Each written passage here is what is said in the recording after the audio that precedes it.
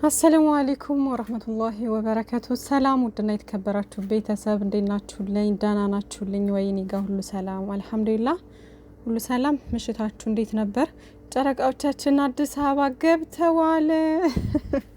ትላንትና እንግዲህ ሚስጥሩን አውጥታበት ነበረ የብሩኬን።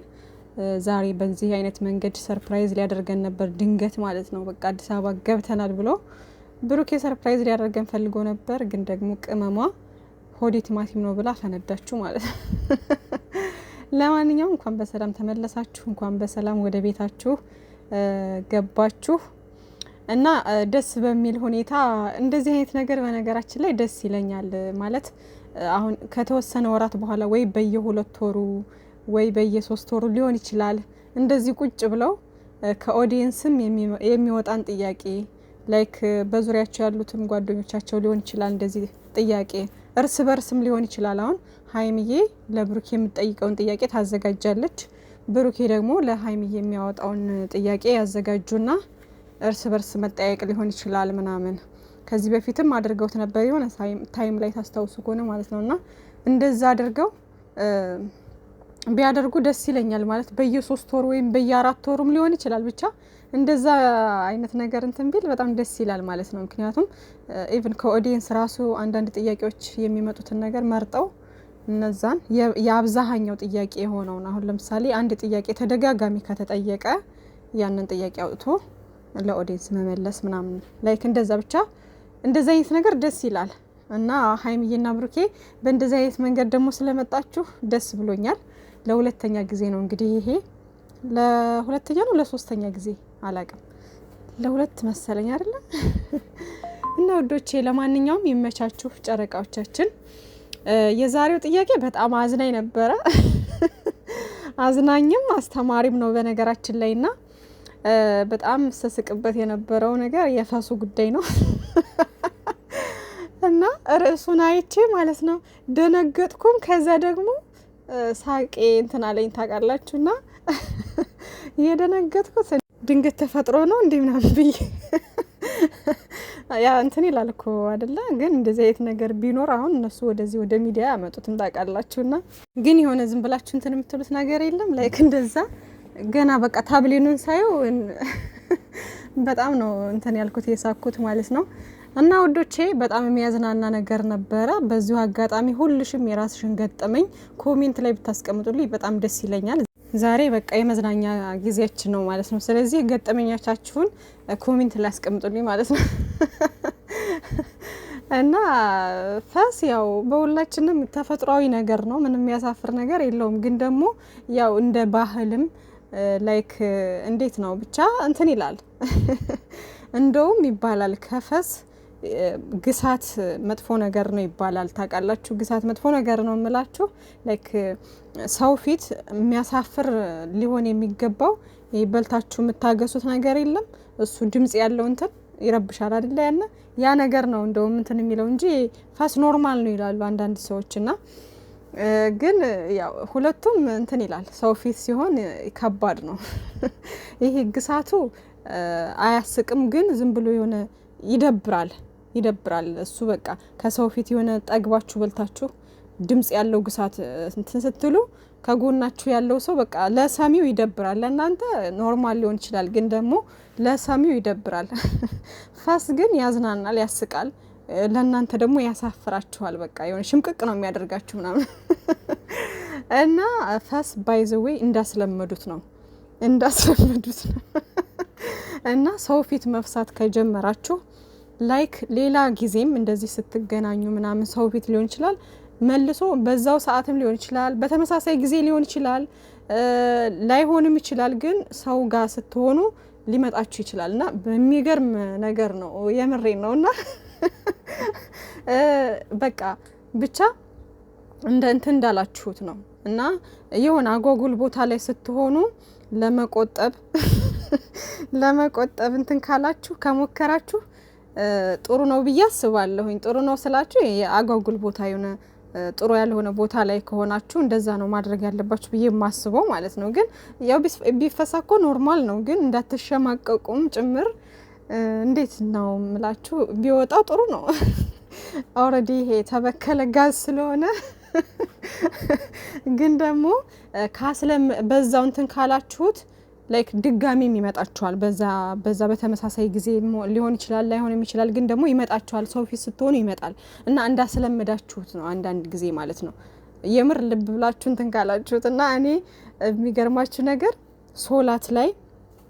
ሶላት ልሰግድ ስል ኦዱ አድርጌ ምናምን ከዛ ስጨርስ ሽንት ቤት እያለሁ እዛው እያለሁ በቃ ይመጣኛል። ከጨረስኩ በኋላ ኦዱ አድርጌ ከጨረስኩ በኋላ ይመጣኛል ማለት ነው። ከዛ እንዴ ኦዱ አድርጌ ከጨረስኩ በኋላ ምናምን እያልኩ እየተነጫነሽኩም ቢሆን ከዛ እንዴ ሽንት ቤት አይደል ያለው በቃ ድጋሚ ኦዱ አደርጋለሁ ችግር የለውም ብዬ እንትን እላለሁ ማለት ነው። ከዛ በኋላ እንደዛ ሲል አሁንም ድጋሚ ምናምን በቃ ልምድ አደረገው ታውቃላችሁ፣ ልምድ አደረገው። ከዛም በኋላ በቃ ይሄ ነገር ልምድ አድርጎት ነው ምናምን አልኩኝና ጓደኞቼ ምናምን ነገር ስነግራቸው ልምድ ሆኖ ነው በቃ እንደዛ እንትን አትበይ ምናምን ነገር አሉኝ ማለት ነው። ከዛም በኋላ ረበሽ ታውቃላችሁ፣ በጣም ነው የሚያናደው።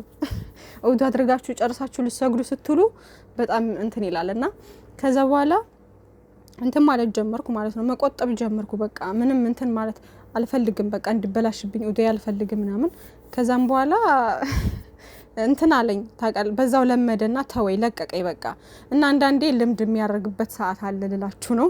ሌላው ከሚያስቁ ጥያቄዎች መካከል ደግሞ ሽንት በሌሊት በህልም ሆናችሁ በቃ ከውጭ ያላችሁ መስሏችሁ የምትሸኑት ነገር ይሄ ሁሉም ሰው ነው። ሁሉም ሰው ፈስም ሁሉም ሰው ነው። ይሄም ሁሉም ሰው ነው። ምክንያቱም ተፈጥሯዊ ነው ውዶቼ፣ ተፈጥሯዊ ነው ያለ ነገር ነው ይሆናልም። በቃ ሁሉም ሰው ደግሞ ያለፈበት ነገር ነው ማለት ነውና ፈስ ያው ትልቅም ሆናችሁ ትንሽም ሆናችሁ ምናምን እድሜ አይገድበውም።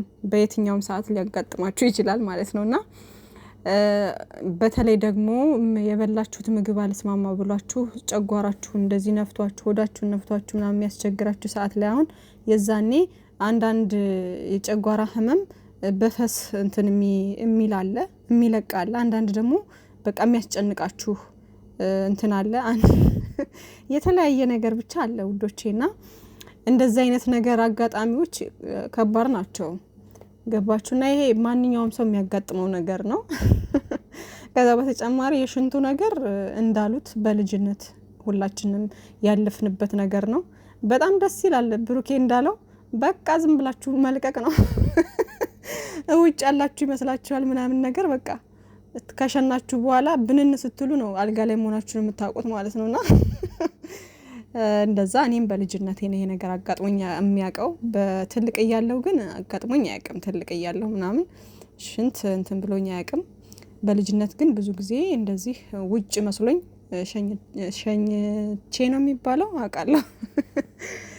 እና ይመቻችሁ። ሌላው ደግሞ ግርም ያለኝ ነገር የአቶ ብሩክ አለማየሁ እንዴ ትዳር ማን ነው የጋብቻችን የሰርጋችን ቀን አርሰናል ዋንጫ ጨዋታ አለው ብትባል ምን ዋንጫ ብቻ ጀስት ዝም ብሎ ጨዋታ ራሱ አለው ብትባል ነው የተባለው ይመስለኛል አይደል? ነው ዋንጫ ጨዋታ አለ ነው የተባለው።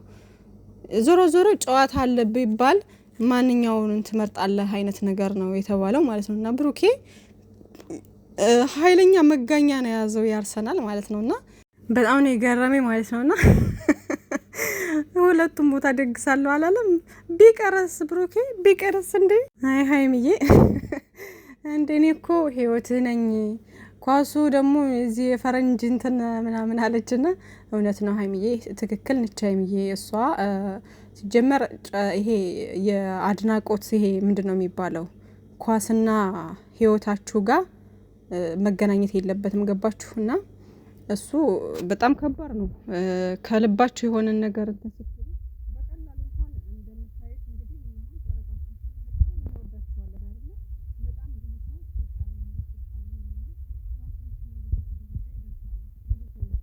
ሰው በዘይት እየተቃጠሉ ሀገር ላይ ስንት ችግር የደረሰባቸው ልጆች አሉ። ልብ ድካም ያለባቸው አመመኝ እያሉ ብዙ ጊዜ እኔ ቤት እንኳን እየመጡ በሚጣሉ ሰዓት ብዙ የሚጽፉልኝ ልጆች ነበሩ፣ በጭንቀት ምናምን ማለት ነውና ያ ምንድነው ከራስ በላይ እስከ መውደድ ደረጃ የደረሱ ልጆች ናቸው። ገባችሁ? እና ይሄ ኳስ ምናምንም ደግሞ በዛ ስሜት እዩት። በቃ በጣም ከልጅነት ጀምሮ የሚያደንቀው የእግር ኳስ ቲም ስለሆነ በቃ ላይክ እንዴት ነው የሚተው ነገር አይደለም ታውቃላችሁና ሁለቱንም እንትን አይልም። ሁለቱንም ይሄኛውም ህይወቱ ነው፣ ይሄኛውም ደግሞ እንዲቀርበት አይፈልግም ብሩኬ ማለት ነውና ላይክ እንደዛ ነው በቃ። ግን ደግሞ አንዳንድ ጊዜ በቃ ቆም ብላችሁ ማሰብ መቻል ግድ ነው። ገባችሁ? አንዳንዴ በራሳችሁ ላይ ህይወታችሁን ላይ እንትን የሚል ነገር የራሳችሁን ነገር ነው ማስቀደም መቻል ያለባችሁ ማለት ነው። እርግጥ ነው ያው ብሩኬ በምንም አይነት ተአምር ቢሆን በፍቅሩ አይደራደርም። ይሄ ነገር እውነት እንደዚህ አይነት ነገር ቢሆን ኑሮ ምናልባት ላያረገው ይችላል። ገባችሁ? ሜቢ ለፈን ለቀልድ ያክል ሊሆን ይችላል። ገባችሁ? ግን ደግሞ ወንዶቹ በቃ በፍቅር ይሄ ኳስ የሚወድ ወንድ ከሆነ ይከብዳልና አንዳንዴ ስታደንቁ ይከብዳል ውዶቼ። ከልባችሁ ከሆነ ከባድ ነው። እኔ በጨረቃዎች እያየሁት ስለሆነ ስሜቱን እረዳለሁኝ። እና የኳስ ፍቅር ደግሞ ከባድ ነውና በወጉ አድርጉት ወንዶች። የኳስ ፍቅራችሁን ይሄ ከህይወታችሁ ከግል ህይወታችሁ ጋር እንትን ባትሉት ኮምፔር ባታደርጉት ጥሩ ነው ብዬ አስባለሁ ማለት ነው። ህይወታችሁ ነው። ኳስ ደግሞ ኳስ ነው። ኳስ ሲቀር የሚቀር ነገር ነው። ህይወታችሁ ደግሞ ህይወት ነው በቃ። እና ስለዚህ እንደዛ ነው ብቻ። ለማንኛውም ዘና አድርጎኛል። ሌላው ደግሞ የሜካፑ ነገር የሀይሚዬ ማለት ነውና እሱ ነገርም ደግሞ ምንም ማሰብ አይጠበቅብሽም ሀይሚዬ። ልክ ብሩኬ እንዳለው ማለት ነው ለሰርጌስ ምናምን ያላለች ሀይሚዬ እንደዚህ እኮ። በነገራችን ላይ ሀይሚዬ ከሜካፕ ይልቅ ያለ ሜካፕ በጣም ነው የምታምረው። በጣም ቆንጅዬ ነች ምናምን እና እንደምታውቁት ሀይሚዬ ሜካፕ ብዙ ጊዜ አትጠቀምም። ከዛ ደግሞ ሂውማን ሄርም አልፎ አልፎ ነው የምትጠቀመው። አሁን ነው ትንሽ ደገምገም እያደረገች መጠቀም የጀመረችው እንጂ በፊት ጭራሽ ሙሉ ለሙሉ በራሷ ጸጉር ነበረ እንትን የምትለው የምትመጣውም እንደምናያት ማለት ነው ውዶቼ። ብሩኬም ብሎታል፣ አንቺ አትጠቀምም ሜካፕ አትጠቀሚም፣ ሂውማን ሄርም አልፎ አልፎ ነው የምትጠቀሚው፣ ስለዚህ ጥንቅር ብሎ ይቅር አላት። እውነት ነው፣ ጥንቅር ብሎ ይቅር እንዴ። ያላችሁ ነገር ከሚያልቅና ምንድን ነው ያለሽ ነገር ከምታጭና ሂውማን ሄርና ሜካፕን ሳትጠቀሚ እንትን ከምትይ ምናምን ያላት አይደለ? እንደዛ ነው ጥያቄው። ሶ ለሰርጌስ ምናምን እንዴ? ለሰርጉስ ቢሆን ይሄ ፒውር የሆነ ቆንጆዬ ፊትሽን ይዘሽ አትቀርቢም እንዴ? የምን አባቱ ሜካፕ የምን አባቱ እንትን፣ በቃ በውሃ ብቻ ፏ ብለሽ አለቀ እንዴ።